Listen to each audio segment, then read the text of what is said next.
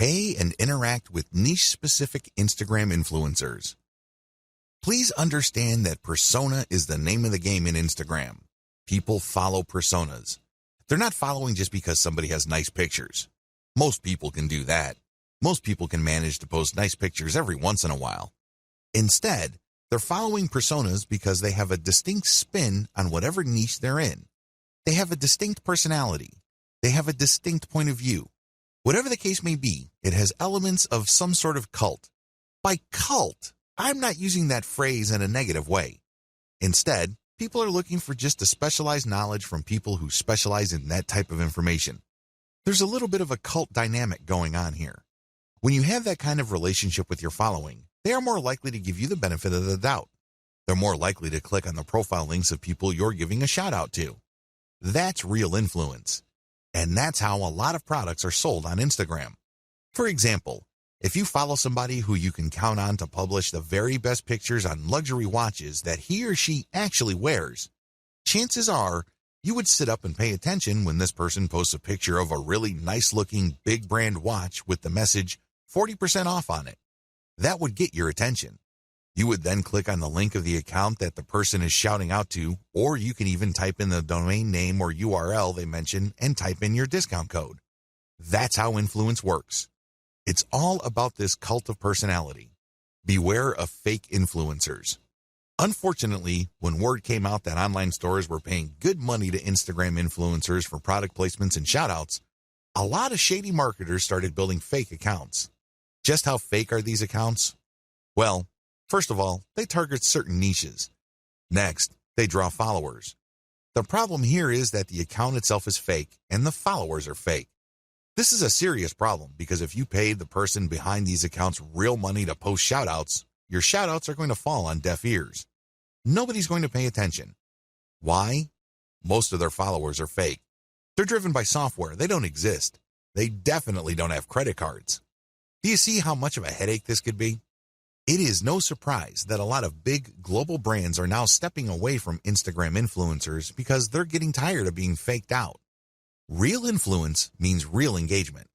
So how do you make sure that you pay and interact only with real niche-specific Instagram influencers? Well, it's actually not all that hard. You only need to look at the public statistics of these accounts. You can see the amount of engagement their content gets. You can also see how many followers they have. You need to measure the total amount of engagements they get by dividing that number by the number of followers they have. Look for a ratio.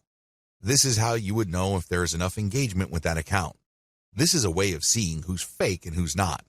You can also look at the content that they post. If they keep posting the same stuff over and over again, that might be a red flag. Also, look at the comments. Is there actual care taken in sharing? The 4 key signs of fake influence. So how do you know that you're dealing with a real influencer? After all, real influence means actual conversions. There are 4 telltale signs of fake Instagram influence. Sign number 1, equal following and follower ratio. If you notice that an account follows a lot of other accounts while enjoying a large following, this should be a red flag. Chances are they just followed a lot of accounts, so these other accounts would follow them back. Those people may be real, but they're not interested in what this account is posting because they're just following back out of courtesy. That's fake influence. Sign number 2, low engagement ratio.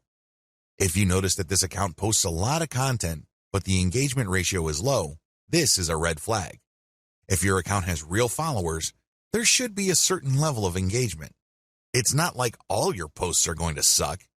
If you notice that this account doesn't really get that much engagement, that should be a red flag. Sign number 3, they obviously ask for money.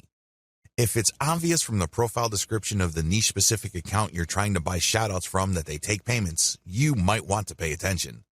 Look at how they describe themselves. If they make a big deal out of the fact that they're selling shoutouts or they want you to get in touch with them so you can take out an ad, be very suspicious. The very best influencers on Instagram are those who are hobbyists. These are people who are just very passionate about a particular topic. They don't really care about getting paid. They just eat, sleep, and live the topic. Maybe it's travel. Maybe it's women's fashion. Maybe it's luxury watches. Maybe it's sports cars. Whatever the case may be, they are hobbyists. They are passionate about that topic, so they post picture after picture of that topic. Those are the people you should gun for. Be very suspicious of people who are all about the dollars because there's a strong chance that they put up their account just so they can get shout-out and other influencer ad revenue. I'm not saying that this should completely disqualify them, but there's a higher incentive for them to fake stuff because there's money on the line. Sign number 4, no niche specialization.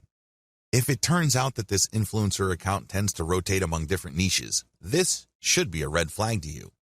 What this person is doing is that he or she is trying to get the attention of advertisers from different product niches that they know advertisers normally target. This person doesn't really have a focus. Even in the off chance that this account is real, I can bet you that the traffic that this person gets is probably close to worthless. Start with a slow and low buy.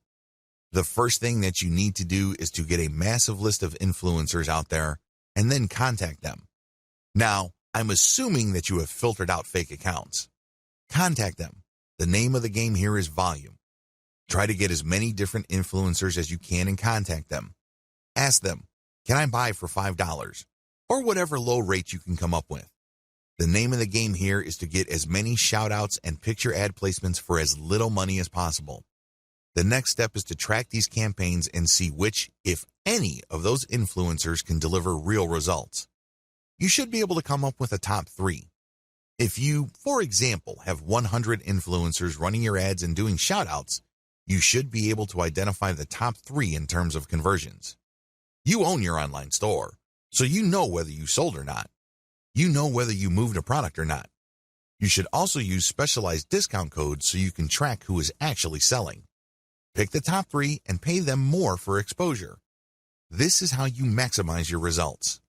So, you start out low and slow, and then you scale up the campaigns that actually produce the desired result.